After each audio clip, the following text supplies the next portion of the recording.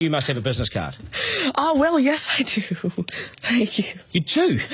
At 13, you have your own business card. Okay, that's a nice start. I'll get in touch with you later. Sure. What do you do? Well, mainly, I like to call myself a software and cognitive developer because I love developing with cognitive computing and artificial intelligence.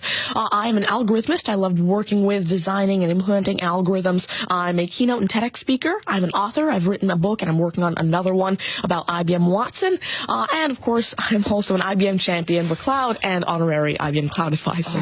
Where did I go wrong? Someone just get me a flannel card. Do you go to school? Well, I'm currently homeschooled in grade 8, going to grade 9 now. Wow. Okay, so you're bright. Artificial intelligence is taking over the world. Is that fair to say? Well, you see, that's actually one thing that I believe a lot of people have, the sort of misconception that artificial intelligence is this technology that was made to replace humans at really everything we do, whether it be, our jobs or whatever we do at home every day. But really what I believe is that artificial intelligence was developed and is continuing to be developed for the sole purpose of really augmenting our life and amplifying our skills or capabilities and what we can do every day. But what about when the computers actually learn that they're better than us? Well, you see, that's sort of called a singularity of artificial intelligence, at which point artificial intelligence has surpassed human intelligence to the point that we cannot control it.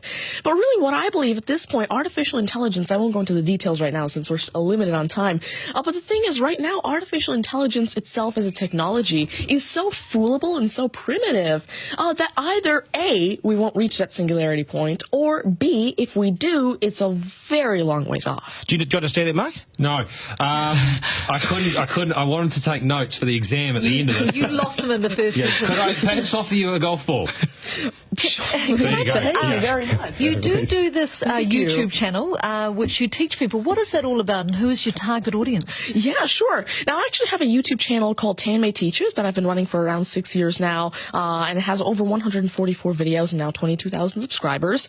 And so on it, I love to teach about computing, really programming, these algorithms that I develop, machine learning especially, math, science, and especially technologies like IBM Watson. Because, of course, I like to share my knowledge because I realize that there's this lack of resources for people to learn about technologies like AI, which is why I absolutely love sharing my knowledge through, of course, these YouTube videos, the books that I'm authoring, the keynotes that I have, and really Watson comes in here in such a great way because Watson allows me... What's Watson? Sure. Well, Mark thinks he's a golfer, but what is Watson? Now, IBM Watson is essentially a cognitive system that allows developers to incorporate cognitive and machine learning into their applications without having to code in the actual intelligence. And what this means is that, of course, right now, really one of the main reasons developers aren't incorporating more machine learning into their apps is because it's so hard to do. It's really difficult to incorporate intelligence because... I'm going to take this somewhere else, this interview. Has the Homeschooling Association of the World got hold of you as the front person?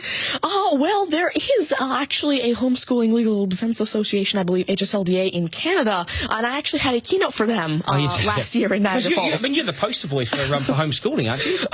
Well, I did have a keynote for them, and I talked a lot about the advantages of homeschooling and why it's great for kids who want to go into different and really targeted subjects. Okay, I want to get right down to business now.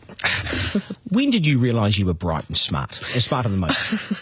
Well, I originally started coding when I was 5 with simple languages like Fox Pro and Batch. But eventually, at 9 years old, I had my very first iOS app accepted into the Apple App Store called T-Tables. But did your mum and dad do something to you between 0 and 5 that plugged you into the wall? What did they do to you? At 5 you were coding. Are you smarter than your mum and dad, by the way? Well, I have... my dad used to work as a computer programmer, but he used to work with, simple, regular programming languages like Fox Pro, Batch, a little bit of C, etc. But you see, now I'm really interested in artificial intelligence and how it can actually be implemented on all these different platforms. You'd be a nightmare to teach. You'd be an absolute nightmare to teach, wouldn't you? Because you'll be smarter than the lecturers. I never even want to get in an argument with you, ever.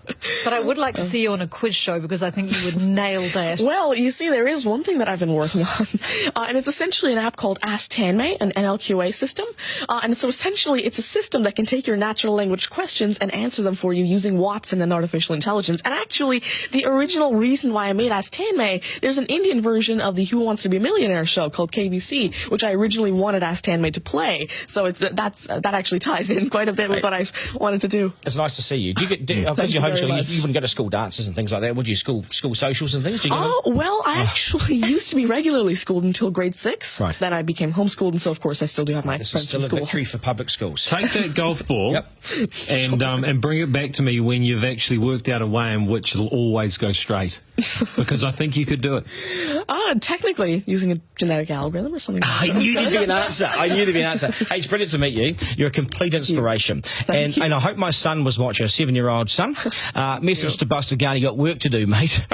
Do your homework, and we got to sharpen things up. Nice to see you. Thank you very much. much. All the very best. Thank You're you. amazing. Thank you. You're amazing. Okay, news is next, and then we are joined by today's panel, which won't be as smart as this guy, but they'll still be good, and we will head back to some of the beaches for a game of 9 and 10. So much pressure now on the contestant in 9 and 10 just to rip through it and get it right. That's coming up after 8.